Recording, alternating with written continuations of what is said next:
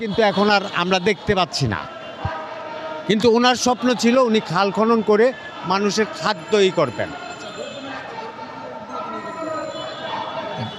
দ্রব্যমূল্য ঊর্ধ্বগতির ব্যাপারে আমি যেটা বুঝি, হ্যাঁ, দ্রব্যমূল্য ঊর্ধ্বগতির কারণ হচ্ছে আপনারা জানেন যে বন্যা পরিস্থিতি, এইটার কারণে হয়তোবা দ্রব্যমূল্য, তারপর ইন্ডিয়া থেকে যে খাবার এইটা ওই আমদানিটা হতো সেটা এখন বন্ধ আছে প্রায়।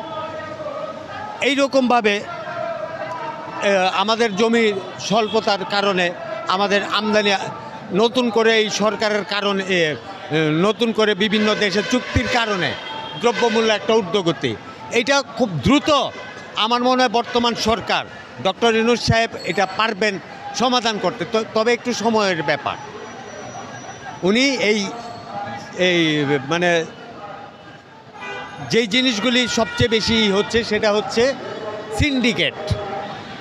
সিন্ডিকেটের কারণে। কারণ কৃষক তার জমিতে সেই 20 টাকাই পাচ্ছে, ফসলি জমির থেকে 20 টাকাই পাচ্ছে, কিন্তু সিন্ডিকেটের মাধ্যমে সেটা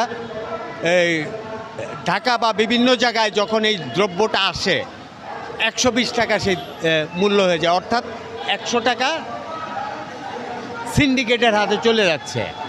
আর এটার ভোক্তাভোগী কারা? জনগণ। এই সিন্ডিকেটটা ধ্বংস করার জন্য ডক্টর ইউনূস সাহেব বা তার সরকার ওনারা খুব দ্রুত এটার সমাধান করবেন আমি মনে করি। আমরা তো দেখেছি আগে আওয়ামী লীগের নেতা কর্মীরা তারা সিন্ডিকেট করতো, এখন তো তারা ক্ষমতা না, এখন তো সিন্ডিকেট কারা করছে? আওয়ামী লীগের নেতাকর্মী নাই কে বলছে? আছে, আওয়ামী লীগের লোকজন এখনও বিভিন্ন জায়গায় ছড়ায় ছিটে আছে। এদেরকে পর্যায়ক্রমে বিতাড়িত করতে হবে। হয়তোবা তারা, আপনারা সবাই জানতেছে যে আওয়ামী লীগের কেউ নাই, আসলে আওয়ামী লীগের রূপ পাল্টাইছে, তারা আছে, সিন্ডিকেটটা তারাই করতেছে। অনেকেই বলছে ডক্টর ইউনূস দেশ পরিচালনা করার যোগ্যতা নেই। যদি দেশ চালানোর যোগ্যতা না থাকে, উনি ডক্টরেট ডিগ্রি লাভ করছেন, এটা কি এমনি করছেন? অবশ্যই তার যোগ্যতা আছে, এবং বাংলাদেশে এই প্রথম একজন ডক্টরেট ডিগ্রিধারী সরকার বাংলাদেশে আসছে। এই জন্য আমরা মনে করি ওনাকে স্বাগত জানানো, ওনাকে সহযোগিতা করানো, ওনার সম্পর্কে কোনো কটূক্তি করা নয়, ওনাকে উৎসাহ দেওয়া। আমরা মনে করি যে ডক্টর ইউনূস সাহেবই বাংলাদেশের কোনো যদি শিক্ষা ব্যবস্থা, খাদ্য, বস্ত্র, মানে সব কিছুতেই উনি একমাত্র পারবেন, যেটা আমরা চাচ্ছি দ্রুত।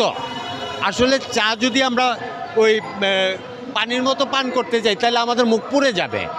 আমাদের বাঙালিরা হচ্ছে কি, আমরা চাটারে ওই পানির মতো দ্রুত পান করতে চাচ্ছি, কিন্তু না, আমাদের একটু সময় নিতে হবে। আমরা দেখেছি শেখ হাসিনার পদত্যাগের পরে ডক্টর ইউনূস সাহেবের ক্ষমতা আসার পরে দেখছি অনেকেই আন্দোলনে, যেমন আনসার, হিন্দুরা বা শিক্ষার্থীরা, প্রতিবন্ধীরা, এই বিষয়টা আসলে এটা একটা তারা ভুল ইস্যুয়ের ভিতরে পড়ে আছে।